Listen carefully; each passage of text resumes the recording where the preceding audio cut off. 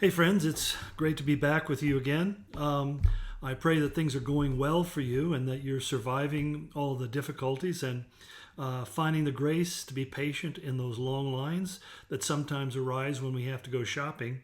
But I wanted to focus on something a little bit different today.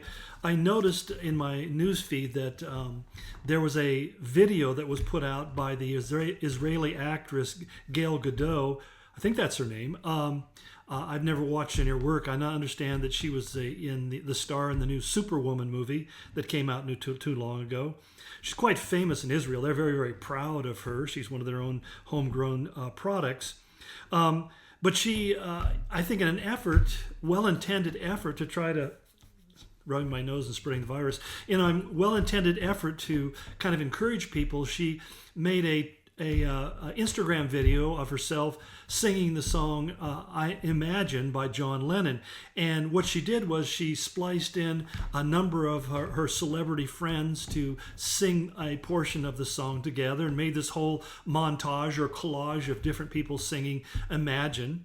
And I thought it was really interesting because it's a strange, in my mind, the song is melodically very attractive, but its message is pretty strong. What's really frightening is that it was voted by the Britons in UK as the greatest song of all time, which is even more confusing to me because, again, if you don't listen just to the melody, but you listen to the lyrics, it's really, really kind of a disturbing message that Lennon put together.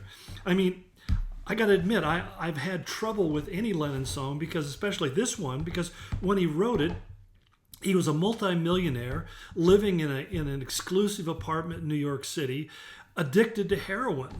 And so it's not the kind of person I want giving me moral guidance, and yet that's exactly what he's done. In fact, what even makes it worse is many of the lines and the concepts he plagiarized from someone else and never gave them credit for their input into the song.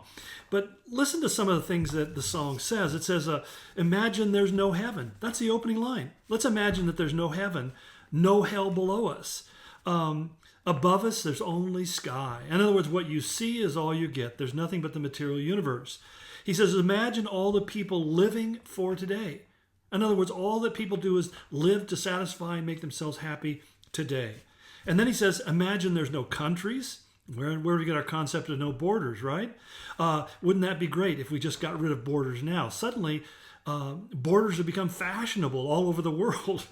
He says, and it isn't hard to do, nothing to kill or to die for, and no religion too. And here's the idea that Lennon had, that people kill and die for religion, and yet few wars have ever been fought based upon a religious ideology. I mean, sometimes people use it as a justification, but the underlying motive is conquest and power and prosperity. But he says, if you have nothing to kill or to die for, think about that. I don't think you should have something to kill for, but to have a life where there's nothing worth dying for, that's about as selfish as you can get. That I would die for my family. I would die for my wife. I would die for my kids, my grandkids. I would die for you. And yet he says, let's think of a world where that doesn't come into play, or there's no religion. And then he talks about living in peace, and then also he says, imagine no possessions, which again, I think the hypocrisy of it really struck me. Not only Lennon, who himself was a multimillionaire, but also all of these celebrities who are singing this song are basically the gilded rich of our era. They are the celebrities who live in the high-rise apartments, the luxury places all over the LA basin and beyond. I mean, it just kind of struck you. In fact, this wasn't something that I just happened to notice. In fact, there was a tremendous backlash of people who were basically saying, it's easy for you to say these things, but why don't you pony up some bucks? So it's that same kind of thing when people get in their Gulfstream jets, drinking their champagne and singing "We Are the World." I mean, the hypocrisy is really staggering. But I like something that John Stone Street wrote in his blog, which is one I enjoy reading every day.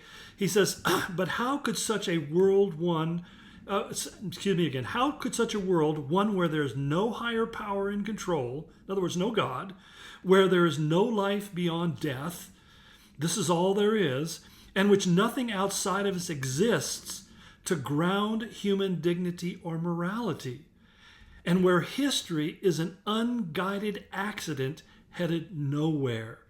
Then he says, how can that bring us to anything resembling utopia? In fact, historically, it's done just the opposite. The kind of social communism that Lenin is really promoting in this song is what we've seen played out in the 20th century. We saw it with Lenin and Stalin and Marx. We saw it with Mao. We saw it with Hitler, who was a socialist.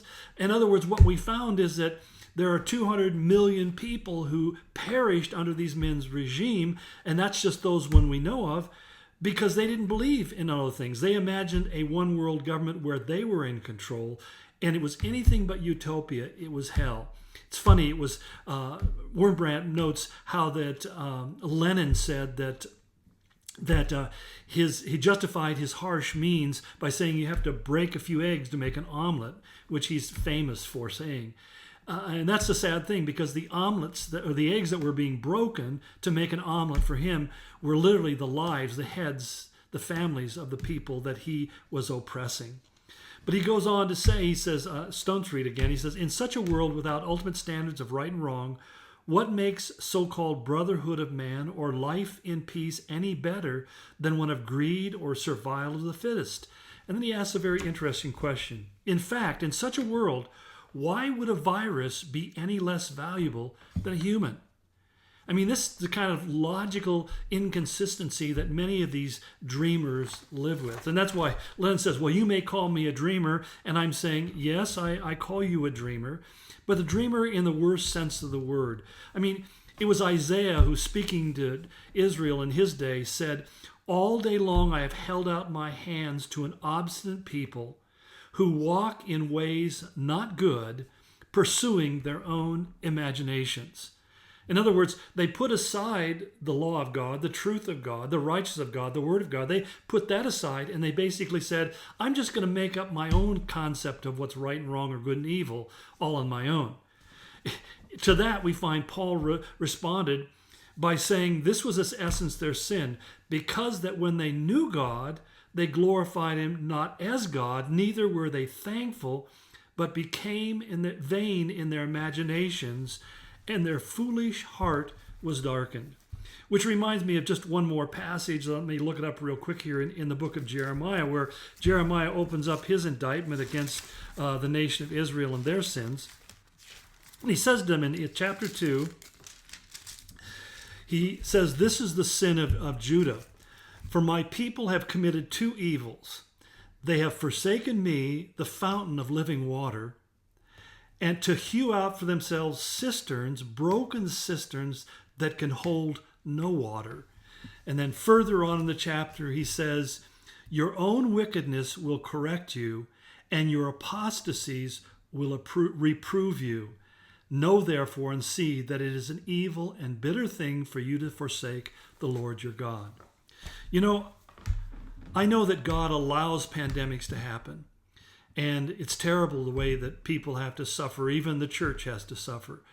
But we also have to understand that God says, I allow these things as my means of correction. He says as much in the book of Habakkuk when he speaks about God using an evil power like the Chaldeans, the Babylonians, to punish Israel. He uses them to correct us. Again, I go back to what Lewis said. He shouts at us in our pain. Let's make sure that we're listening closely as God speaks to us in the season we're in. God bless you and go in his grace.